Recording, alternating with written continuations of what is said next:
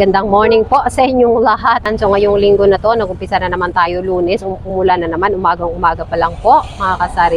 Pero ganun pa man, ang ating tindahan ay okay pa rin mga kasari sa all right. Basta yung kagaya ng sinasabi ko sa inyo, kapag maaga po tayo talaga nang bubukas, ay maganda po talaga ang kitaan sa ating tindahan. At yung ating New Year's resolution mga kasari, hindi ko nakakalimutan. At sa inyo rin, kung saan lugar man kayo, huwag nyo kakalimutan din. Sana maging parehas tayo, magiging consistent din tayo sa pagbubukas ng umagang-umaga. Ayan, so for today's video mga kasari, marami po tayong nagiging stocks. Ayan, kasi kahit po umuulan ay napakarami po nating nagiging customer. Yung bigas natin ay naging mabenta, yung ating tinapay ay naging mabili, and of course yung ating mga kape. Ayan, di ba? Ang mga kape ko mga kasari na mga double pack, yun po ang sobrang mabenta dito sa ating sari-sari store. Ayan, kasi kapag double pack po kasi ang binibenta nyo mga kasari na kape, mas affordable. Kasi dito po sa aking tindahan, pricing tayo ngayon mga kasari ha. Yung aking mga double pack na kape kasi mga kasari ay puro iyon tag 15 pesos. Pero sa iba, mga kasari, napapansin ko, tag 17 na sila, tag 16. Iba pa nga tag 18 pesos. Pero sa akin, hindi na ako pumapatak dyan ng 20% sa aking mga double pack. Nasa mga 15 to 16 to 17% na lang po ang tinutubo ko sa aking mga kape, yung aking mga double pack mga kasari. Kasi binibenta ko na lang po yan ng 15 pesos. Pero po mga kasari, ang ating mga single na kape, 10 pa rin yan mga kasari. So tutok advantage natin ngayong tag-ulan, taglamig, mabentang-mabenta po yung ating mga kape. So make sure lang po natin mga kasari na meron tayong stocks at wag nating mahalan para mabilis itong ma-sold out yung ating mga kape-kape. So far mga kasari, lagi na po ako nag-order sa aking mga kape.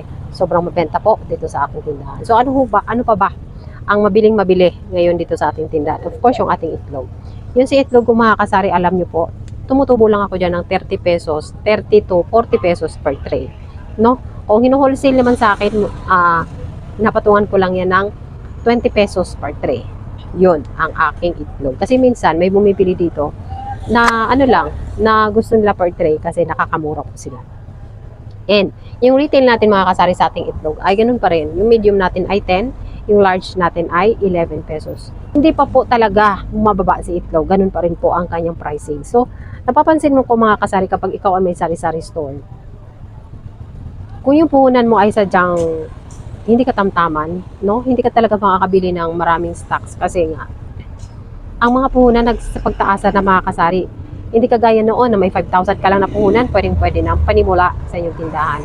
Ngayon yung 5,000 mo parang wala na makikita talaga kasi kapag bibili ka naman ng kunting order lang, mangilan-ngilan lang, 5 to 10,000 na kaagad, kunti lang ang napamili mo or na-order mo online. So, kung ikaw ay nag-start pa lang ng isang tindahan, kailangan talaga medyo malaki-laki yung start up mo na kapital.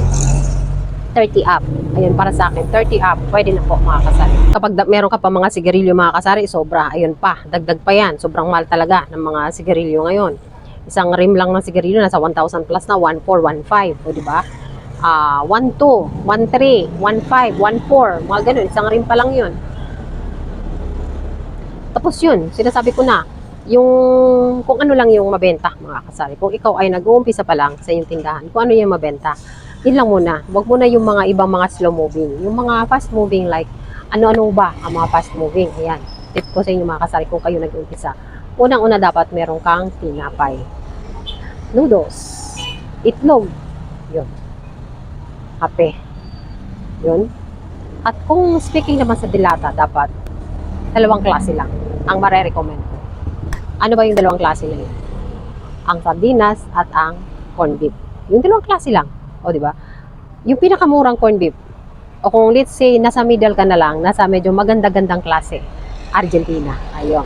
Argentina and sardinas. Yun lang ang ilalagay mong dilata sa iyong tindahan. Wala nang iba dahil nag-umpisa ka pa lang. Kasi yung ibang mga dilata, hindi masyadong mabilis.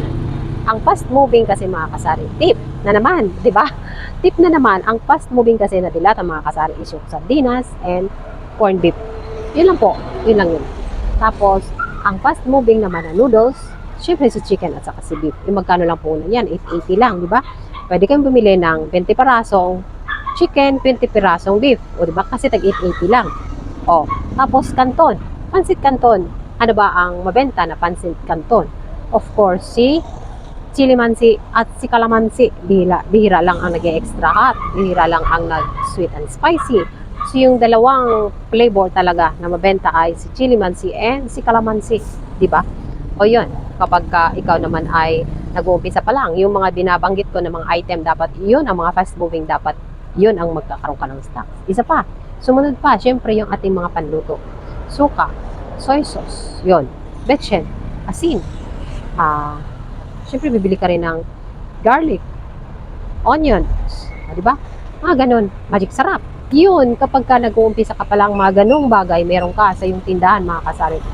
Hindi ka, sige, gusto mo, magbenta ka pa ng soft drink. Saka ka lang, isang case lang, pwede na mix. Isang case, may Royal, may Sprite, may Coke. O, diba?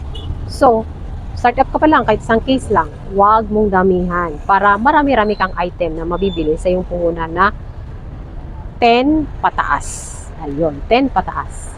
Or, 5 pataas. Pwede na. Yung mga basic lang ha, mga kasari. Pero talagang walang masyadong makita sa tindahan. Pero at least, meron ka. O basta, tandaan nyo mga kasari, yung dilata, dalawang klase lang. Isang corned beef, isang sardinas. Tapos, sa mga kape, ano ba yung mabentang kape? Mag-observe ka muna. Yun. Ano bang mabentang kape? Dito sa akin, mabenta si Copicos and si Nescafe product. Yung dalawang produkto na yun, Copicos and Nescafes. Yun, Nescafe and Copico product. Yun ang so, ang pinakamagandang payo ko dyan ay bumili kayo ng mga twin packs. And kung gusto nilang single, upitin nyo na lang sa gitna. Diba? Pero mostly talaga, ang binibili ni customer ay double pack kasi makakamura na sila sa double pack. O, diba? Next, ano pa ba? Gusto nyo nang magkaroon ng mga biscuit. Dalawang klase lang din ang may re-recommend ko kung gusto nyo biscuits. Si Skyflex, very fast moving, and si meron ba? Ribisco. Ayan. Meron kang plain, meron kang may palaman. Diba? Ribisco and Skyflex. Yun ang sa biscuits. And wag mo na yung mag-candy kasi kung candy ka, ilang magkano lang tinutubo mo. Sobrang tagal pa maubos, diba? Next, tinapay. Diba? Tinapay. Bibili kayong tinapay na tag 5 pesos, benta nyo tag 6 pesos. Bibili kayong tinapay tag 6 pesos, benta nyo tag 7 pesos. Yun. Pero dito kasi sa akin, dahil dito ko sa commercial area, ang gusto nila is maklase. Class na tinapay, like this one. O, diba? May mga brand, Siliado. Yun ang gusto nilang tinapay kapag dito ka sa commercial area. Pero kung nasa mga bahay-bahay ka lang, pwede na yung bibili ka lang ng 6 pesos, benta mo 7, bibili ka ng 5, benta mo ng 6. Tinapay. Tinapay, soft drinks, biscuits, meron na tayo. Ano pa ba? Nakalimutan. Dahil startup ka pa lang, di ba? Ang video natin for today is sa mga starting lang na gustong magnegosyo. So yun ang may papayo ko. Condiments, di ba? Yun lang yun. Suka, toyo, betchin, magic sarap. Konting garlic, konting onions. Ay, may nakalimutan pa tayo. Milo and beurre blend. Di ba? Ano na ang tindahan mo? Buo na kumbaga sa mga basic na paninda. Na yung sinasabi ko. Rewind nyo na lang mga kasari kung hindi nyo masyado na ano yung mga binabanggit ko. Basta yun yung mga dapat meron sa isang beginner na tindahan. Huwag kalimutan, beginner lang po na tindahan na pinag-uusapan natin. We are not talking of malaking tindahan na. Beginner lang po, like 5,000 up ang puhunan. Na let's say 30,000 up na. So iba na yun, marami-rami ka na mabili. Pwede ka na bumili ng 5 klaseng dilata, maraming klaseng kape, maraming klaseng noodles, maraming klaseng biscuits, maraming klaseng inumin, may mga pasito ka na, may pasesko ka na dyan, magkaroon ka pa ng kung gusto mo magkaroon ng bigas, pwede ka nang bumili ng 1 sako, 2 sako, di ba? Katol, pwede mo nang dagdagan ng mga pang-laundry. Pag 30,000 ang puhunan mo, meron ka ng mga pang-laundry, meron ka ng mga sunrocks, di ba? May mga ganyan na mga dagdag-dagdag. Pag 30 up na ang puhunan mo. Makabili ka na rin ng mga cigarettes, ayan, kahit pa paano, per pack, magkaroon ka na pag 30 up ang puhunan mo. Ayan, siya. Napakarami na nating nagiging kwentuhan for today's video. Sana may natutunan na naman ng konting-konti. Doon lang ng camel. So yun ang naturo ko sa inyo mga kasari. Kapag mag-tune in lang kayo talaga dito sa ating channel. Yung mga simple tips, mga tip na mga simpleng-simple, pero yun po yung magiging foundation kapag gusto nyo magkaroon ng ganitong sari-sari store. Well, isa pang dagdag, ang pagkakaroon naman ng isang sari-sari store, kailangan lang din is masipag ka at gusto mo ang ginagawa mo. Yun ang pinakamahalaga.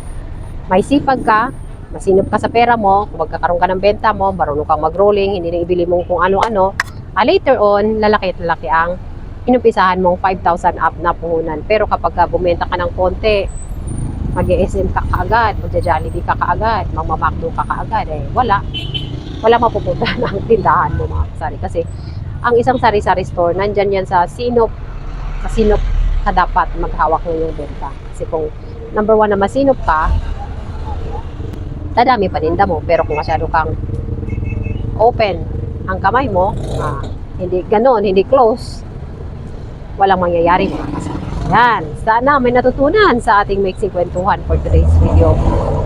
Happy Monday po and happy selling sa aking mga kapwa kasari-sari store. Bye-bye!